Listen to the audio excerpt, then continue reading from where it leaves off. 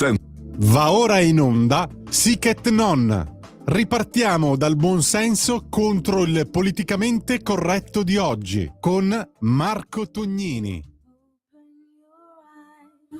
This is the world.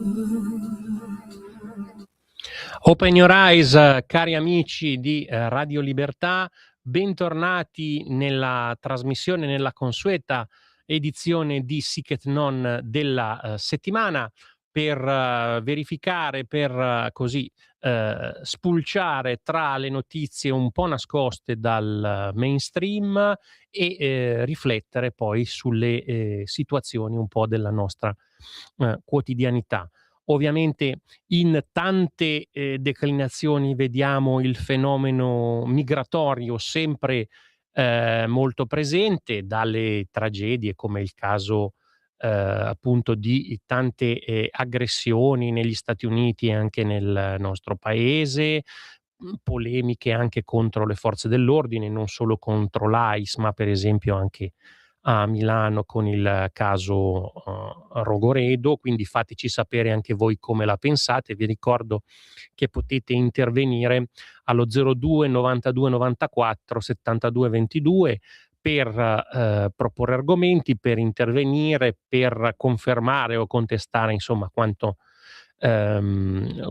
affermiamo in questa trasmissione, quanto cerchiamo anche un po' di andare a verificare dalla stampa e comunque dalle comunicazioni di questi giorni. Vi dicevo immigrazioni, tanta polemica riguardo all'AIS, all'anti-immigrazione americana, ricordando però che insomma questo come dire, questo corpo esiste da diverso tempo. Il patron Oman dell'AIS è stato più volte premiato da Barack Obama, che ha espulso 5 milioni di irregolari. Sicuramente oggi fa più notizia, ci sono dei casi comunque, diciamolo tranquillamente, di una violenza probabilmente anche spropositata, però a fronte anche di una pericolosità sociale, ovviamente, soprattutto in quelle che vengono chiamate le cosiddette città santuario degli Stati Uniti, pericolosità sociale molto elevata, e quindi c'è una reazione spesso preoccupata, ma che può oltrepassare. Peraltro reazioni che accadevano, ripeto, anche quando c'era Biden, anche quando c'era Obama.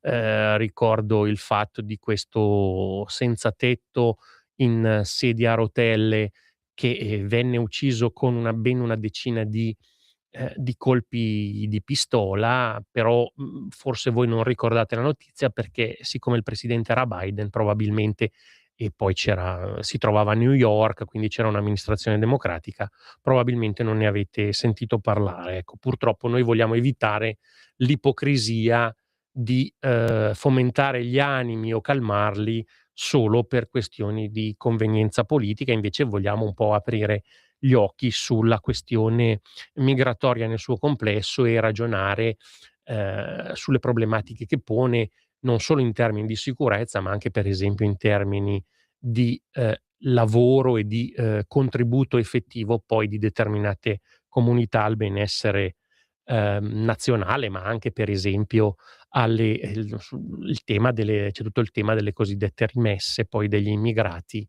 all'estero, che di fatto impoveriscono le economie nazionali.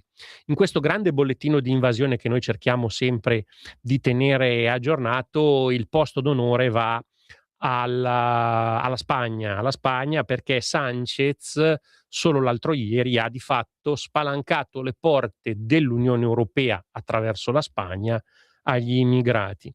Con un decreto urgente, quindi di fatto evitando il Parlamento, il governo spagnolo ha legalizzato almeno 500.000 di irregolari.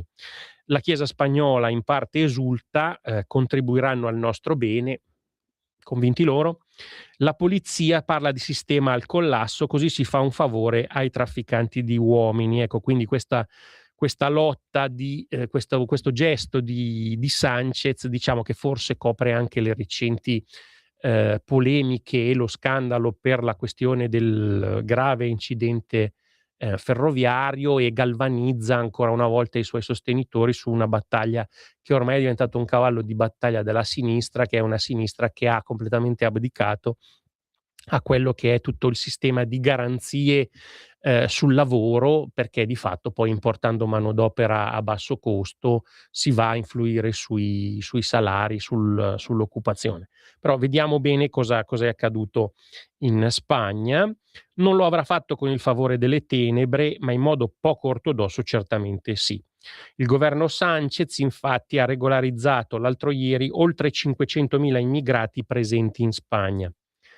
Lo ha fatto con un decreto urgente, quindi evitando il passaggio del Parlamento, dove verosimilmente non avrebbe avuto la maggioranza. Ricordiamo che il governo Sanchez ha una maggioranza molto fragile, peraltro legata ad alcuni gruppi di autonomisti, ovvero indipendentisti, l'ala diciamo un po' più l'ala sinistra di quei gruppi, e quindi sarebbe stato tutt'altro che scontato poi avere la fiducia. L'urgenza non c'era, o meglio, ci sarebbe stata l'impellenza di fermare l'immigrazione incontrollata, visto che il paese è passato da poco più di 100.000 irregolari nel 2017 agli oltre 840.000 attuali, e stiamo parlando solo della Spagna. Il ministro, anche se lei preferisce farsi chiamare ministra per l'inclusione, la sicurezza sociale e le migrazioni, Elma Sainz, ha affermato che quest'atto è stato necessario per non voltare lo sguardo altrove. In realtà non è così, perché l'obiettivo dichiarato peraltro dalla stessa Sainz a France Press è quello di sostenere la crescita economica del paese. In questo modo, infatti, e sono le parole del ministro, gli ex irregolari potrebbero lavorare in qualsiasi settore, in tutto il paese. Tradotto, regolarizzare i migranti per farli lavorare a basso costo, o meglio ancora, sfruttamento mascherato da buone intenzioni. La misura si applica a tutti gli stranieri che sono presenti in Spagna da almeno 5 mesi e che sono arrivati prima del 31 dicembre scorso. Bastano 5 mesi per prendere la cittadinanza spagnola, ripeto, la cittadinanza spagnola, quindi anche avere le porte aperte di Schengen, quindi da parte del Trattato di Schengen, e quindi appunto europea. Con un certo orgoglio la Sainz ha affermato che a partire dal mese di aprile tutte le domande potranno essere presentate fino al 30 giugno e che questa iniziativa ha come scopo di riconoscere, dare dignità, offrendo garanzie, opportunità e diritti alle persone che già si trovano nel nostro paese. Ci saranno così 500.000 cittadini in più, o forse 800.000, secondo quanto ha affermato la segretaria generale di Podemos, il partito appunto di sinistra estrema, Ione Belarra. Una linea sposata anche dalla Chiesa spagnola, che è sempre più in crisi. Il presidente della conferenza episcopale Arguello ha parlato di buona notizia che faciliterà, il contributo al bene comune di molti immigrati che già lavorano, frequentano la scuola, usufruiscono dei servizi sanitari e sociali e a volte vivono in condizioni precarie tra noi. Io mi permetto di dire che chi già contribuisce al bene lo fa. Se c'è una situazione da verificare, diciamo, nei nostri paesi c'è sempre stato un focus molto preciso su queste situazioni. Non mi sembra che nei nostri paesi sia mai mancata un'attenzione per queste circostanze. Il prelato, bontà sua, aggiunge poi nell'intervista a El País che continuano ad esserci sfide relative all'integrazione che influenzano la vita quotidiana della nostra società. Ecco, diciamo che magari il prelato che vive magari in un palazzo un po' più sicuro non deve fare i conti con le conseguenze della cosiddetta integrazione, come per esempio potrebbero fare gli abitanti degli alloggi popolari, per esempio, o le persone, i giovani e meno giovani, che per esempio devono frequentare le stazioni. Ecco, la prima cosa che mi verrebbe da dire. Tra l'altro il termine integrazione, a mio modo di vedere, è estremamente, come dire, impreciso, perché un conto è la convivenza, la reciproca convivenza e come si esplica fra comunità spesso molto diverse, eterogenee, e non parlo chiaramente di situazioni etniche, ma di situazioni culturali, religiose, storiche, di approccio, anche linguistiche, perché poi ci sono molti stranieri che non imparano mai la nostra lingua quando vengono nel nostro paese. E un conto è parlare invece di assimilazione, cioè di ingresso stabile nella società, comunque verificando e accettandone i valori, che sono i valori comunque della civiltà occidentale, che sono valori di libertà, di tolleranza, che riflettono una cultura anche millenaria, che oggi soprattutto certa sinistra vorrebbe mettere da parte per le colpe del colonialismo e quant'altro, però ripeto, stiamo parlando comunque di una civiltà che ha fatto progredire insomma l'umanità. Quindi ripeto, non confondiamo convivenza più o meno forzata con assimilazione. Ci sono delle sfide, una delle sfide è quella della sicurezza. Fortunatamente almeno i sindacati di polizia in Spagna hanno espresso contrarietà, parlando insomma di portare al collasso il paese. I sindacati di polizia dicono che è una manovra irresponsabile, che rischia di rappresentare un incentivo, ecco, anche questo ovviamente, per coloro che desiderano raggiungere l'Europa. Se entrare irregolarmente finisce per dare i suoi frutti, diventa un'ancora di salvezza anche per i trafficanti di esseri umani effettivamente, insomma, ecco. Molti politici spagnoli poi insomma ribadiscono la questione che, fatto in questo momento, insomma, serve più a coprire le polemiche legate appunto al recente incidente ferroviario che comunque ha causato, oltre una quarantina di, morti. E comunque confermo che la decisione di Sanchez non riguarda solamente la Spagna, ma tutta l'Unione Europea, che, oggi si ritrova di fatto con mezzo milione di, cittadini, ripeto, di cittadini in più, con gli stessi diritti, di cui si sa poco o nulla e non bisogna, guardare altrove. Insomma, parliamo di accoglienza facile, ma anche di cittadinanza facile e ripeto, questo è un andazzo che potrebbe degenerare in brevissimo tempo. Vedo che abbiamo una telefonata, la facciamo passare subito in diretta. Pronto? Ciao, chi sei, da dove chiami? Sì, buongiorno dottor Tognini Lisetta. Buongiorno a lei. Volevo parlare proprio oggi dell'immigrazione e la lezione della Brexit, dottor Tognini. Certo. Allora, il governo secondo me di centrodestra, e l'ho detto anche l'altra settimana ma devo ripeterlo, può contare non solo nelle regioni del nord-est ma in tutta Italia di un ampio sostegno secondo me. Una tendenza, dottor Tognini, questa che si è consolidata in molti paesi dell'Unione Europea. La Spagna e da ultima la Grecia. Lo hanno dimostrato. Le previsioni di un cambio di maggioranza, secondo me, nel Parlamento europeo a favore di un blocco di partiti di centrodestra sono del tutto realistiche. A tal proposito vale la pena di pensare alla Brexit. Allora, uno degli argomenti usati da Boris Johnson del Partito Conservatore, mi sembra, e Nigel Farage del Partito dell'Indipendenza, per convincere la maggioranza degli inglesi, che mi sembra il 52%, ad abbandonare l'Unione Europea, fu la questione immigrati. Se usciamo dal patto europeo arresteremo i flussi irregolari. A distanza di 10 anni, che mi sembra che è stato fatto il referendum del 2016, la promessa non si è realizzata. Allora, sono aumentati invece gli arrivi con piccole imbarcazioni, mi sembra, attraverso il canale della Manica. Se nel 2018 erano sbarcati 219 persone, nel 2022 il numero è salito a 45.000. E stando alle previsioni dell'ufficio statistiche del governo inglese, e quest'anno toccheranno quota 60.000. Il governo conservatore, pur di evitare che i richiedenti asilo restino in attesa sul suolo inglese, ha negoziato con il Ruanda, mi sembra che è questo qua la città, la possibilità di estradare i migranti. L'esempio inglese, dottor Tognini, ci insegna che le formule magiche in politica trasformano le speranze in disillusione.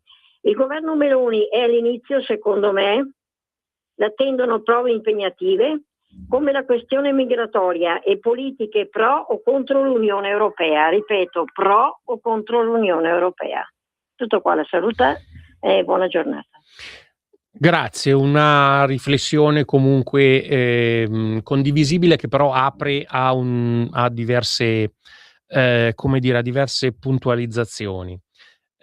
Sicuramente la causa scatenante poi di tutte queste situazioni è l'Unione Europea, che ha politiche comunque che comprimono molto la sovranità locale, perché poi il Trattato di Schengen ha ovviamente aperto le frontiere. Sul Regno Unito ricordiamo che il referendum sulla Brexit è del 2016, poi ci sono succeduti vari governi, perché non è stato facile poi metterla definitivamente in pratica, anche con i vari team negoziali. La Brexit poi è effettiva dal 2020. La Brexit nasce sì come una risposta all'immigrazione, a quanto accadeva a Dover e a Calais, ma non solo a quello. La Gran Bretagna ha storicamente rapporti imperiali, quindi ha sempre avuto grandi comunità, soprattutto penso pakistane, indiane, che però oggi sono giamaicane, che però oggi sono diventate quasi la maggioranza in certe zone del paese, e stanno cambiando molto quello che è poi l'impronta di quel paese. Quindi è sicuramente il problema a cardine. La Brexit nasce anche come reazione l'invasività dei regolamenti dell'Unione Europea, regolamenti che, come voi sapete, mentre una direttiva va interpretata e poi gestita con una legge ordinaria nazionale, i regolamenti sono direttamente applicabili e comunque sono abbastanza invasivi. Il Regno Unito quindi ha scelto di uscire anche per evitare tutta questa eccessiva burocrazia della regolamentazione UE, nonostante, ripeto, il Regno Unito ricevesse per via di accordi anche bilaterali con l'Unione Europea, ancora risalenti ai tempi della CE, della Comunità Economica Europea, quindi nonostante avesse comunque un ritorno anche un ritorno in termini di risorse, ha preferito proprio levarsi da questo per avere le mani libere dal punto di vista diciamo normativo, anche perché poi non neghiamolo, Londra è una delle piazze mondiali poi dal punto di vista finanziario, ecco. Quindi per levare anche un po' quelle che sono le regole europee e mantenere insomma una sostanziale deregulation nel settore, in quel settore. Sta di fatto che oggi comunque i problemi non risolti stanno portando il Regno Unito ad avere una grande maggioranza per il Reform Party, cioè per il nuovo partito di Nigel Farage, e quindi è vero, si parlava di un blocco di paesi che potrebbe ancora cambiare. È chiaro che il Regno Unito non fa più parte dell'Unione Europea, però resta un interlocutore fondamentale, perché poi cioè, è membro del Consiglio di sicurezza, è una potenza, ripeto, finanziaria, è soprattutto una potenza anche nucleare, insomma, quindi interlocutore privilegiato degli Stati Uniti. Quindi un cambio a destra del Regno Unito sarebbe importante nel panorama internazionale. Oggi il governo Starmer è comunque estremamente debole, ma lo stesso potremmo dire per esempio per una solida maggioranza per quanto riguarda AfD, che risulta essere tuttora il primo partito, e non so fino a quando le grandi coalizioni, cioè l'accordo un po' innaturale tra destra e sinistra, riuscirà a tenere AfD all'opposizione. Insomma, ecco, questo va detto in Germania. Però è vero che un blocco di paesi, sostanzialmente chiamiamolo di centrodestra, già esiste nel Parlamento europeo, ed è una maggioranza che quantomeno è riuscita a fermare spesso alcune fra le norme un po' più pesanti, diciamo. Questo perché ogni tanto il PPE si ricorda di essere un partito di centrodestra e non un partito sostanzialmente di gestione del potere come i liberali e i socialisti, e ogni tanto quindi vota con i sovranisti, con i patrioti, insomma con quella maggioranza alternativa che esisterebbe ma che ancora non è stata inaugurata nel Parlamento europeo, e che ci auguriamo invece un domani possa essere un'alternativa effettiva, è già un'alternativa credibile, sebbene combattuta come dire, dalla stampa, da tutto un certo mondo mainstream, da certe ONG finanziate da chi ben sappiamo, però ripeto, diciamo va in quella direzione la situazione. Ora spazio alla prima pausa e dopo rientriamo in onda. Stai ascoltando Radio Libertà, la tua voce libera, senza filtri né censure, la tua radio.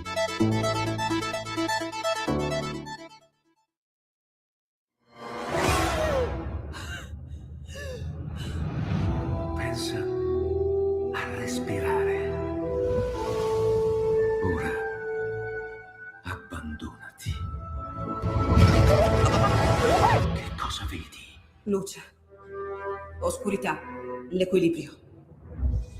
È tanto più grande. È stato un risveglio. Hai sentito? Conosco una sola verità.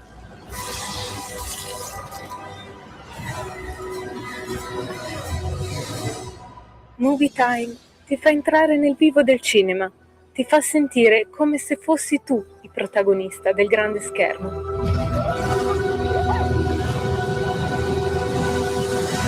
Ogni sabato dalle ore 16.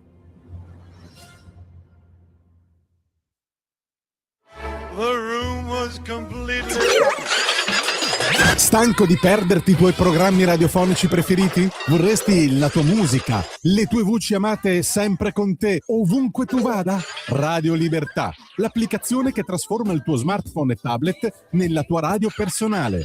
Scaricala ora, è gratis per i dispositivi Android e iOS. Avrai tutta la programmazione quotidiana di Radio Libertà a portata di mano. Scopri di più su radiolibertà.net. Semplicemente la tua radio. Un nuovo modo per sostenere la tua radio. Visita radiolibertà.net. Ti basta un click e potrai versare il tuo contributo volontario direttamente online. Potrai donare con ogni tipo di carta di credito, anche prepagata. Ti aspettiamo online su radiolibertà.net. Sostieni la tua radio con il tuo contributo volontario. Radio Libertà. La tua radio. Diamo voce alla nostra gente. Stai ascoltando Radio Libertà, la tua voce libera, senza filtri né censura. La tua radio. Sic et non, di nuovo in onda sulle frequenze di Radio Libertà, seguendo il filo rosso dei problemi, dei temi legati all'immigrazione, ma anche all'antagonismo e a quanto accade nelle nostre città. Vorrei aprire appunto una finestra su una situazione evidentemente di discriminazione, di forte discriminazione nei confronti della nostra gente legata all'immigrazione selvaggia, all'immigrazione clandestina. Ce lo fa notare un ex amministratore locale e di fatto ci sarebbe un po' da ragionare da questo punto di vista, ripeto, sia con normative nazionali, sia con normative locali, regionali e quant'altro, ben sapendo che comunque poi c'è una Corte Costituzionale, c'è tutta una serie di vincoli che probabilmente renderanno difficile intervenire, ma insomma credo che sia un tema molto molto forte, che è il tema sostanzialmente del gratuito patrocinio. C'è questo interessantissimo articolo che è apparso sulla Verità e che insomma vi leggo il titolo perché dice tutto. Italiani discriminati sul patrocinio, agli stranieri basta la dichiarazione. Michele Jacobelli, ex sindaco di Palazzago, provincia di Bergamo, chiede la modifica e diciamo punta il dito su un decreto del Conte bis, il governo giallorosso. Dagli alloggi alle prestazioni, i migranti se la cavano con un'autocertificazione, pensate, evitando indagini su redditi e proprietà. vuole proporre al governo Meloni di modificare il decreto ministeriale emesso durante il Conte 2 in merito alla certificazione aggiuntiva richiesta agli extracomunitari per ottenere alloggi o prestazioni socioassistenziali e che non include nell'elenco per esempio cittadini del Marocco, del Pakistan, dell'Algeria, Tunisia e di moltissimi altri paesi. Lo definisce un atto discriminatorio nei confronti dei cittadini italiani che sono invece tenuti a presentare tutta la documentazione ai fini dell'ISEE. Stiamo parlando di Michele Jacobelli, classe 62, consulente aziendale, attualmente presidente dell'azienda territoriale per i servizi alla persona della Valle Imagna Villa Dalmè, che è stato poi per 10 anni sindaco leghista di Palazzago, che ha lanciato questa proposta dopo l'ondata di indignazione sollevata dalla vicenda delle parti civili contro il vice brigadiere Emanuele Marroccella, che vi ricorderete è stato, a cui è stato ingiunto sostanzialmente di pagare le spese appunto dell'aggressore sostanzialmente.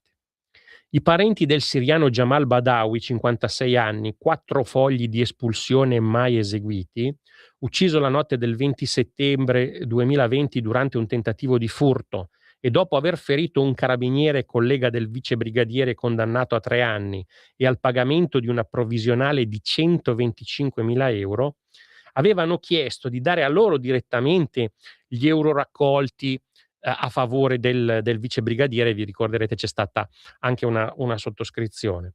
Eppure i soldi per le spese legali dei loro avvocati.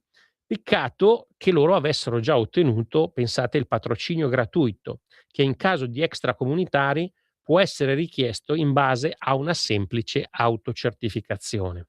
Per Jacobelli un primo passo importante sarebbe mettere mano a quel decreto emanato nell'ottobre 2019 a firma dell'allora ministro del lavoro Nunzia Catalfo, di concerto con l'ex ministro degli esteri Luigi Di Maio.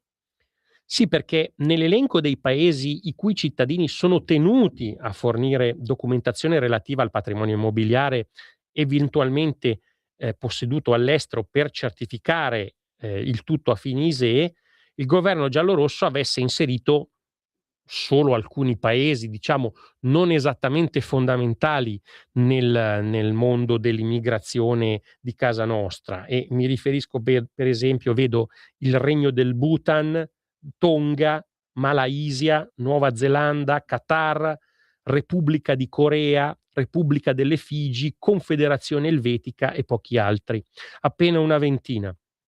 Al cittadino italiano invece che vuole accedere a prestazioni sociali si chiede la giacenza media dell'estratto conto, se ha case e immobili, investimenti, per verificare l'effettiva condizione di bisogno del richiedente. La regola deve valere per tutti, non solo per i cittadini italiani. Si tratta di documenti chiesti per le dichiarazioni appunto ai fini del reddito e della pensione di cittadinanza.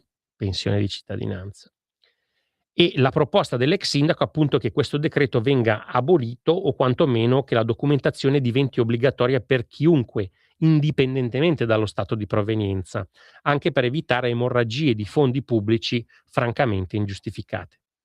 Jacobelli nel 2017, appunto ci parla della sua esperienza, aveva richiesto che gli uffici comunali controllassero le domande di prestazioni socioassistenziali ritenendo che non potesse bastare un'autocertificazione. Nel novembre del 2018 però il Tribunale del Lavoro di Bergamo ha ritenuto discriminatoria la scelta operata dall'amministrazione, quindi è una discriminazione chiedere equità ed uniformità, una cosa veramente, veramente incredibile. Il caso si riferiva a 2 donne extracomunitarie che volevano l'assegno per i nuclei familiari numerosi. Inutile fu spiegare che chiedendo, come previsto dalla legge, la documentazione originale per i beni eventualmente posseduti all'estero, l'amministrazione metteva sullo stesso piano italiani e stranieri. Il giudice invece sosteneva che questa richiesta, essendo presentata solo ai cittadini extracomunitari, potesse essere discriminatoria.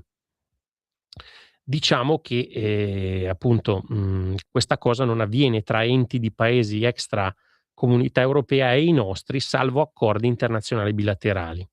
La domanda senza documentazione avrebbe dovuto essere respinta.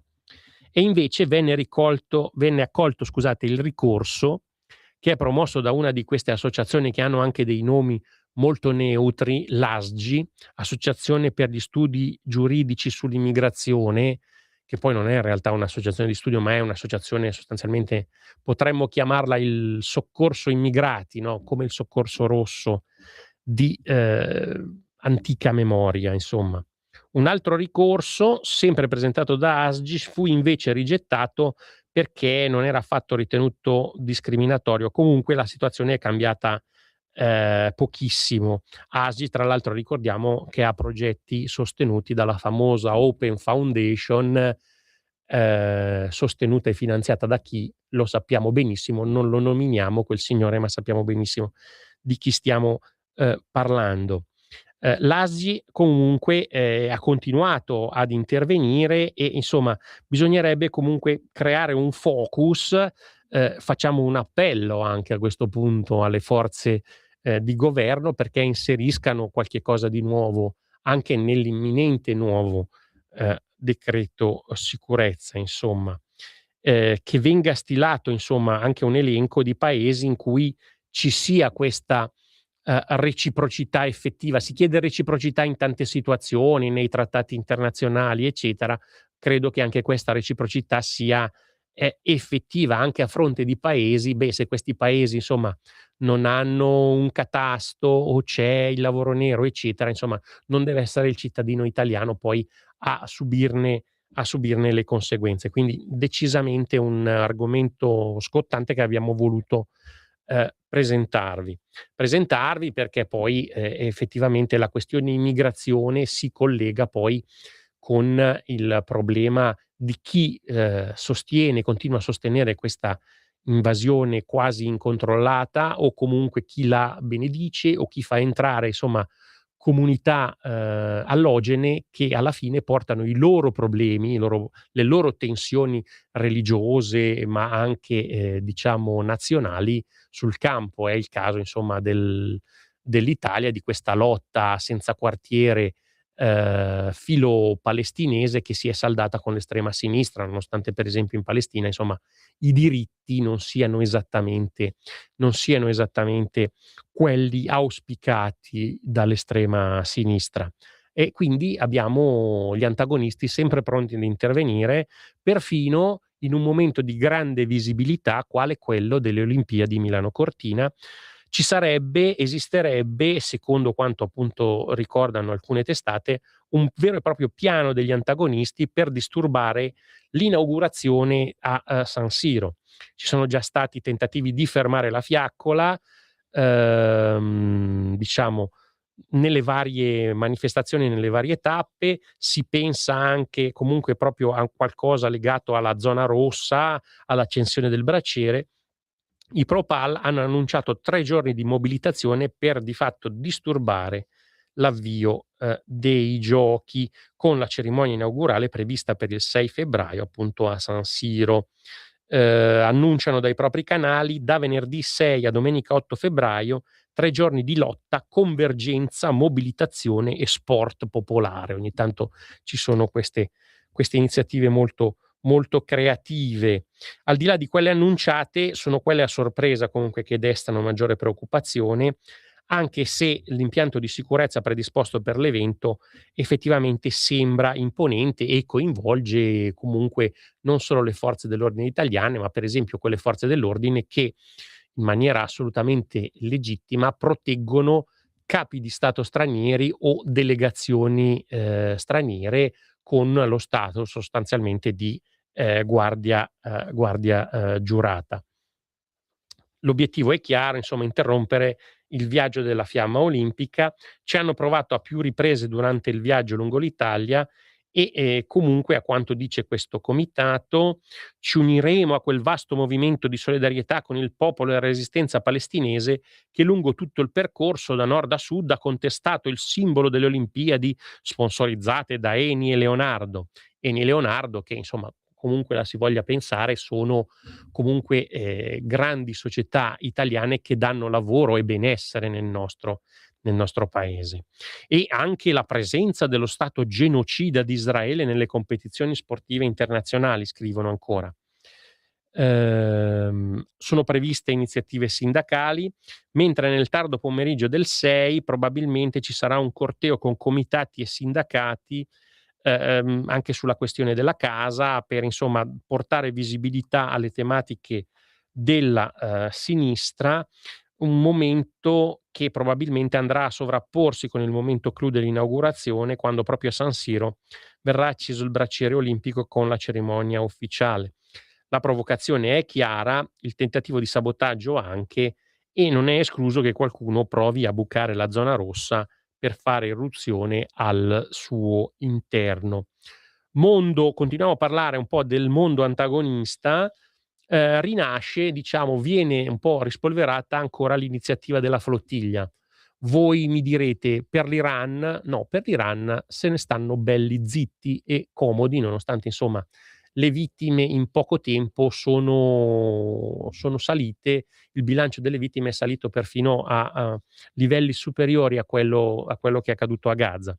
No, la nuova flottiglia vuole tornare ancora sul tema palestinese e cercare nuovi uomini immagine, quindi nuove personalità che possano dare visibilità a questa causa. Si parla per esempio di Patrick Zaki. Quindi tra propaganda ideologica e ricerca di volontari, il progetto comincia a puntare ancora una volta sulla visibilità mediatica e sul consenso per avere una cassa di risonanza efficace. Si sta organizzando appunto una ripartenza di questa Sumud flottiglia, che a meno di rinvii è prevista tra marzo e aprile.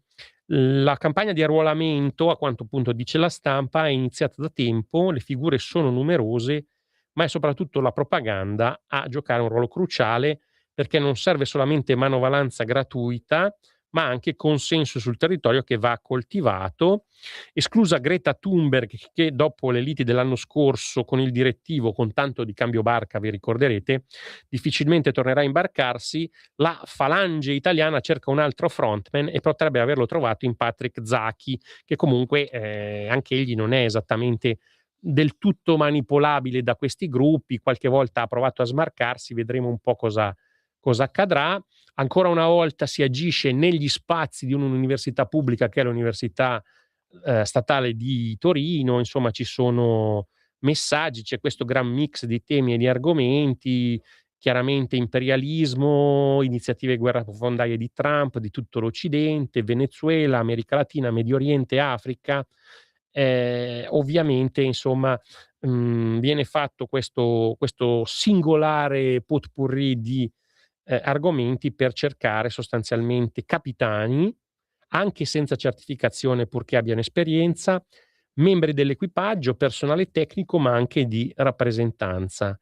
E ancora, io leggo testualmente, chiedono perfino costruttori ecologici da imbarcare per supportare le attività pratiche di ricostruzione sotto la guida e il coordinamento palestinese, compresa la consegna di materiali e forniture essenziali per includere una costruzione ecologica, riparazioni di base e lo sviluppo di sistemi sostenibili in linea con le priorità locali.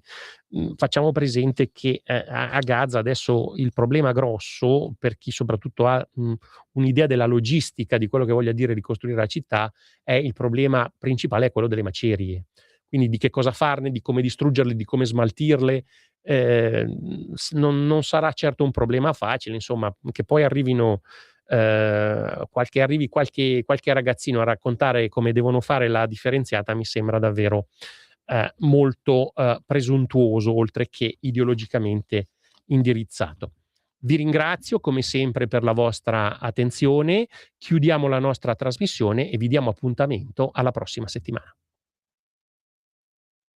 Avete ascoltato Sic et Non,